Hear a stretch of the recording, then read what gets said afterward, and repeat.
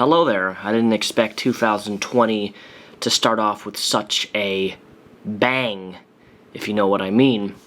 If you haven't been following social media, if you don't have a Facebook, don't have a Twitter, don't have any life on the internet, then maybe you don't know what's happening. No, you probably do, because you probably watch TV.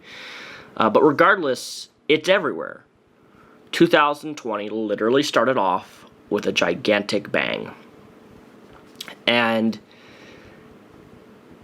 I'm really just kind of shocked that the U.S. is in the current state that it's in right now. Well, I really shouldn't be shocked, considering that who our current president is. But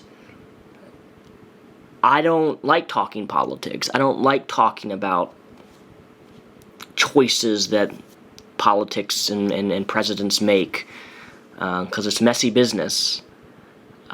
But this is one of those times where I'm sorry, but I have to say something. Like it's just been on my mind the last few days nonstop since January 1st. What our president, Mr. T, has done is reprehensible. It is bad.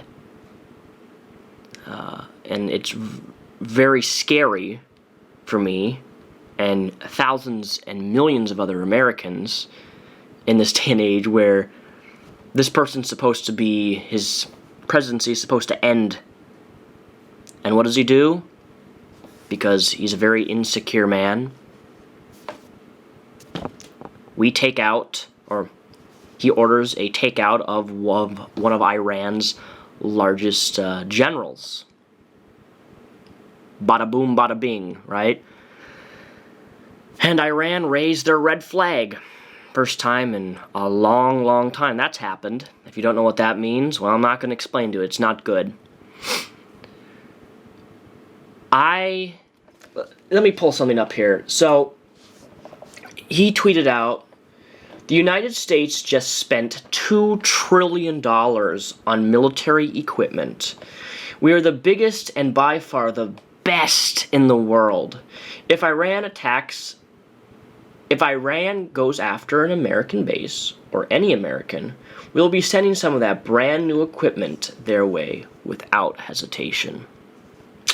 Good flex, man. Good flex. Like, what? For people who are not in America, let me paint you a picture of something that is one of the most frustrating things that America has been dealing with for the last 20 years almost. Or it's been longer than that, but we spend all of our tax money just seems to go towards things that none of us as people want it to go towards. That's the reality. Every place around the world can afford health care. You know, your taxes are a little bit more. Let's look at Canada. Canada has its problems, but like their healthcare system and many other healthcare systems around the world are 100 times better than the U.S. The U.S. has one of the most abysmal healthcare systems in the world. Unless I have a job that offers insurance, I can't afford healthcare at all. Because healthcare here, if you get it privately, without a job giving you that, costs anywhere from $400 to $600. I know because I looked into it, because I wanted private health insurance at one point when I was not employed, and it was going to cost me almost $450 a month for a really, really terrible deductible.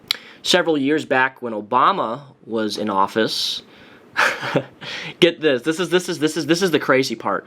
So Obamacare. Now I don't know everything about healthcare and all the political things that go through, you know, legislating healthcare and stuff. But what I do know is this: I was fined at the end of the year for not having healthcare, several $100s. I have a personal accountant who does my taxes, and she asked me, she's like, hey, did you have health care this year? And I was like, no. She's like, well, you're going to be fined a couple $100s for not having health care. And I'm like, what? I'm going to be fined? She's like, yeah, you're going to be fined for not having health care. And I looked at it, it was like almost $300 over the whole year. But the fact of the matter is that I was fined for not having health care despite me being not employed at the time, and I couldn't afford private health care, even if I wanted it, because private health care costs several $100s a month. So I'm being fined for something that I can't afford. Is that not the most backwards thing you've ever heard? I am being fined at the end of the year for something that I cannot afford. How does that make any sense? You go anywhere around the country, right, and you can buy certain medication that's affordable. And here, that same medication that anywhere around the world maybe costs $50, $100, costs almost $1,000, because insurance companies can.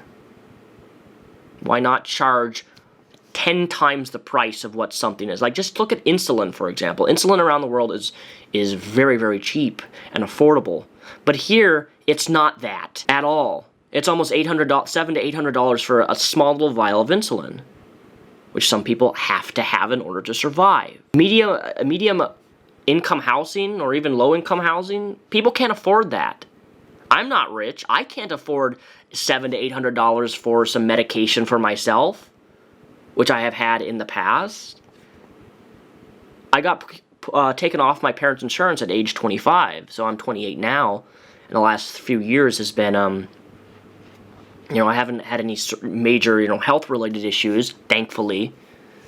And being a welder and everything, like, in a union, there's a lot of health insurance packages and great stuff there. So that much is set. That's also why I went back to school, guys. Believe it or not, is so I would have a backup and I could have a job that would give me health insurance, where I wouldn't be screwed over if I get sick and then massively in debt. For those of you who don't know, my dad battled stage 2 pancreatic cancer the last 2.5 years. And during that, his medical bills came to over $850,000. Almost $1 million. Now, my dad had the best medical insurance that pretty much the U.S. has to offer. So all of it was paid by the insurance company, and my dad only ended up paying like $2,000 max out of almost $1 million. So that much is good. But my dad was explaining to me how if he didn't have the job that he did and retired with the insurance that he had, my parents, who are both in their 60s, would be on the street. They'd have to sell their house. And even if they sold their house, which they did, they still wouldn't be able to pay off the medical treatment that my dad needed for stage 2 pancreatic cancer. Because my dad went through a very extensive surgery called Whipple surgery, where they had to take out his intestines and put very complicated, very high risk, but it was very expensive. And here we have a president who literally is flexing and bragging about how the U.S. is the best in the world. We spend all of our money on our military and all these crazy, crazy things, man. Look, I get it. Having a military is important. Having a strong defense is important. But this literal type of bragging, this to me is just literally Mr. T is trying to aggravate, is trying to provoke other countries that we've been involved with unnecessarily in a lot of situations. I'm not saying that every situation where we've been involved in other countries is wrong, but in a lot of instances, it is. And we've involved ourselves in things that the U.S. really shouldn't involve ourselves in. And with Mr. T's most recent choice of a big bang somewhere across into the Middle East, it has sent this country up in disarray. Very, very, very few people that I know of want this, support this. I don't. I just want peace and tranquility, man. I just want us to live in harmony and have our economy grow, and for us not to be in debt, for people like myself and you not to struggle financially and worry about, if I get sick, am I going to be several $1,000s in debt? School tuition, college tuition. This is crazy. It's absolutely crazy, the state that we're in right now. And I'm fearful for our future. I want kids in the next 7 years. I'm 28. By 35, I want to have 1 or 2 children.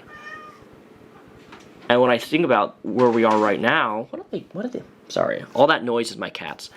When I think about that now, I'm scared for the future of my children. Absolutely. Do I want to bring in children that I don't want to put my children in a position where they need to struggle, you know? That getting by is a struggle. And I don't know where our economy in the U.S. is pretty bad, not gonna lie. If you look anywhere around in the States, the cost of housing is astronomical. I've been stuck in this apartment for several years because I can't afford to move out. I can't afford to move out because the apartments want me to make 3 times the amount of rent that I pay, which I don't make that amount. So I've been stuck here, and I've always paid my rent. I've always been able to pay my rent for the most part, but it's just like I can't get a house. I can't move out of my apartment because every place, the cost of living is so expensive. In a lot of states around the U.S., it's not just Washington. I don't want Mr. T to be president anymore. He needs to get out. Out. I know people are going to see that as a political statement. I don't want him in office. He is a horrible, dreadful president. That's the reality. And I think that we need Bernie. I really do. Consider that my only political statement that you're really ever going to get from me. I vote for Bernie Sanders. And at that point, he's so old, who knows, even if he won office, he may not even be around that long to actually make big changes. I don't know.